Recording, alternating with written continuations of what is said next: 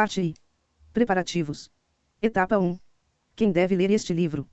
Qualquer pessoa que se preocupe com os lucros de sua empresa deve ler este livro. Isso exclui uma parcela surpreendentemente grande dos administradores de empresas em nosso país. A motivação principal da maioria dos gerentes de nível intermediário, bem como de muitos executivos-chefes, e até mesmo diretores-presidentes, de empresas incluídas na lista das 500 maiores da revista Fortune, não é o lucro. Esses administradores desejam que as suas empresas cresçam, ou se preocupam com o moral dos empregados e em manter um bom relacionamento com eles, ou, ainda, desejam viajar para lugares interessantes e conhecer pessoas interessantes, etc. Certos proprietários de pequenas empresas sentem mais entusiasmo pelos detalhes de gerenciar uma operação comercial do que pela necessidade de preservar a sanidade financeira, ou seja, a lucratividade, da firma. A estes, recomendo, leiam o livro, e talvez compreendam a importância da lucratividade e como tornar lucrativa a sua empresa. Aos gerentes de grandes e pequenas empresas que se preocupam com os lucros, mas não estão inteiramente satisfeitos com os resultados apresentados no balanço da empresa em que trabalham, digo, vocês precisam ler este livro. Se o lerem e o levarem a sério, não poderão deixar de dobrar, e talvez triplicar, os seus lucros. E é possível fazer isso de duas maneiras. Muitos lerão o livro, adotarão os trechos mais adequados à organização em que trabalham e logo verão um drástico aumento de lucros.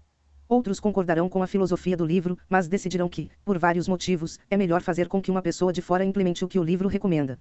A este último grupo, digo, me telefonem, o número do meu telefone está incluído na seção O Autor, no final deste volume. Dirijo uma empresa cuja especialidade é ingressar em uma companhia e dobrar os seus lucros. Por nossos serviços, cobramos uma fração muito pequena dos lucros anuais que produzimos para as organizações que nos procuram. Este é um dos poucos anúncios dos serviços da minha empresa que você verá neste livro, afinal, se pratico o que ensino, devo incluir pelo menos alguma promoção em favor do meu produto. Etapa 2. O seu empenho pessoal com a lucratividade. As observações e recomendações contidas neste livro se baseiam em dois conjuntos de experiências. Ao longo da carreira, atuei como consultor de mais de 20% das 500 maiores da Fortune, bem como de inúmeras médias e pequenas empresas em todo o mundo ocidental. Tive contato com diferentes requisitos administrativos, estilos de gerência, preferências pessoais, estratégias e atividades comerciais, e possuo a objetividade de uma que me permite distinguir entre o que é bom e o que é mau. Mais surpreendente me pareceu a ênfase nos próprios processos e preferências, e não nos resultados finais, como veremos adiante. Por 11 anos, administrei a minha própria firma, a Kaiser Associates, que se tornou a empresa mais lucrativa do ramo. Ter de pagar salários e conquistar clientes foi uma experiência que eu jamais teria adquirido com o simples trabalho de consultoria. A combinação dessas duas perspectivas é bem-sucedida. Maximização de lucros em minha própria empresa e o contato com métodos menos eficazes em organizações dos Estados Unidos e de outros países foi o que me levou a escrever este livro. Se você fizer o que eu fiz, alcançará os mesmos resultados que alcancei. Obviamente, administrar uma empresa exige atenção a muitos outros fatores além de lucros. É preciso chefiar, motivar e treinar os empregados, definir de modo criativo os produtos e estratégias de marketing, garantir a fabricação eficiente de produtos e serviços, etc. A Kaiser Associates fornecia serviços de consultoria em todas essas áreas, e se você desejar poderemos conversar sobre todas elas. Contudo, este livro trata especificamente da lucratividade, que é onde tudo começa e termina. Uma empresa lucrativa dispõe do dinheiro para premiar os empregados, oferecer carreiras interessantes e investir em novos produtos, negócios e tecnologias. As empresas menos lucrativas inevitavelmente afundam na mediocridade em todos os sentidos: moral, qualidade de produtos, etc., porque terminam financiando, de má vontade e inadequadamente, todas as fases do negócio. Se aprenderem a ser lucrativas, tudo o mais se seguirá. Se tentarem fazer tudo com níveis de lucratividade medíocres ou péssimos, sempre se verão frustradas. Uma nota importante. Muitas vezes, dobrar, ou até mesmo triplicar, os lucros é uma proposta conservadora. A maioria das empresas que conheço pode multiplicar seus lucros por um fator de 4, 5 ou mesmo 10 se os estágios, ou etapas, descritos neste livro forem rigorosamente observados. As etapas destinadas a reduzir rapidamente os custos são descritas na parte 3ª. O impacto dessas reduções fará aumentar, de modo dramático e permanente, a lucratividade de qualquer empresa dentro de 2 a 6 meses. As etapas destinadas a aumentar a receita e, portanto, melhorar ainda mais o balanço de uma empresa estão incluídas na parte 4ª. Antes de abordar esses tópicos, descrevo na parte 2ª a cultura da empresa ou, mais propriamente, o estilo de chefia necessário para implementar as etapas de redução de custos da parte 3ª e as etapas de aumento de receita da parte 4ª. Esse estilo de liderança é ao mesmo tempo fácil e difícil de adaptar. É fácil no sentido de não exigir qualquer treinamento avançado nas áreas de comércio, contabilidade, tecnologia ou qualquer outra disciplina, e nenhum conhecimento profundo de um determinado modelo ou sistema. A maioria das etapas necessárias tem por base o bom senso puro e simples. Então, por que tão poucas empresas as praticam e atingem níveis impressionantes de lucratividade? Em primeiro lugar, porque muitos gerentes não se preocupam realmente com os lucros, como vimos anteriormente. Contudo, muitos dos que se preocupam com lucros são reprovados em um segundo teste, não possuem um empenho absoluto com a lucratividade, a resolução e firme determinação de administrar a empresa na qual trabalham conforme as recomendações deste livro. Exige uma chefia concentrada, consistente, firme e justa, disposta a tornar-se, a si mesma e aos outros elementos da organização, diferente e melhor do que o comum ou a média deste mundo. Essa firme resolução, somada à sequência de etapas exposta adiante, é a única coisa que falta a um administrador para duplicar seus lucros. Em outras palavras, se você realmente deseja aumentar os seus lucros e está disposto a tomar as decisões necessárias, então será fácil dobrá-los. Portanto, sente-se e leia com prazer este livro.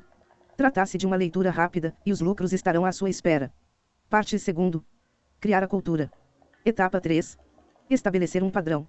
Toda organização deve ter um objetivo claro, único e predominante.